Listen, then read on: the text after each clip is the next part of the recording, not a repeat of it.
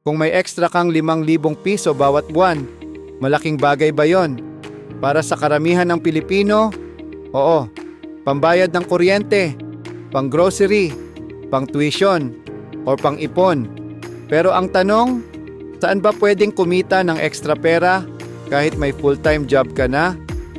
Sa video na ito, ipapakita ko ang 3 realistic na paraan para kumita ng extra income sa Pilipinas.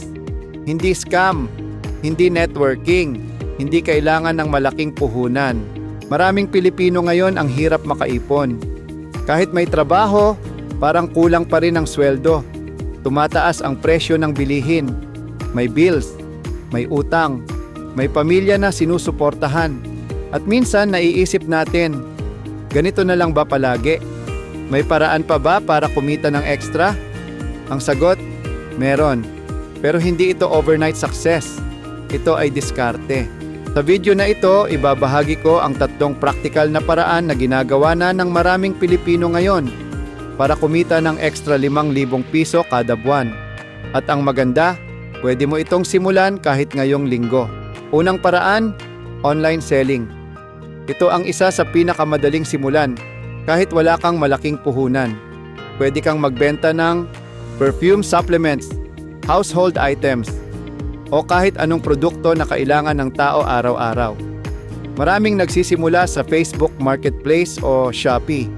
Halimbawa, kung kikita ka ng 250 piso na profit bawat item at makabenta ka ng 20 items sa isang buwan, kita mo, 5,000 piso. Hindi kailangan ng malaking kapital. Kailangan lang ng tiyaga at consistency. Ikalawang paraan, service-based sideline. Ito ang pinakamabilis kumita kung may skill ka. Halimbawa, delivery service and coding graphic design, tutoring cleaning service, pag-aalaga ng bata o kahit paglalakad ng aso. Skill ang puhunan mo, hindi pera. Halimbawa, kung kumita ka ng 500 piso bawat serbisyo at makakuha ka ng 10 clients sa isang buwan, kita mo, 5,000 piso, simple, practical. Kayang-kaya simulan. Ikatlong paraan, buy and sell. Ito ang classic na diskarte ng maraming Pilipino. Simple lang ang prinsipyo. Bibili ka ng mura, ibebenta mo ng mas mataas.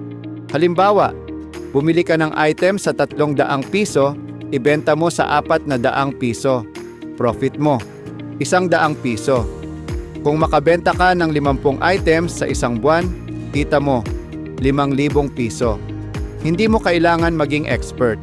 Kailangan mo lang magsimula. Ngayon, maging totoo tayo. Hindi ito magiging madali. Hindi ka kikita agad sa unang araw.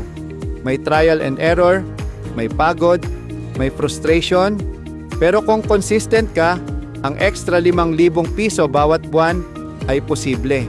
At minsan, ang maliit na kita ngayon ang nagiging malaking negosyo bukas.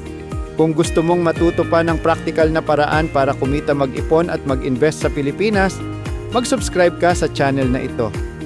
Dito sa Diskarte Finance PH, ang goal natin ay simple, umangat ang buhay, isang diskarte bawat linggo.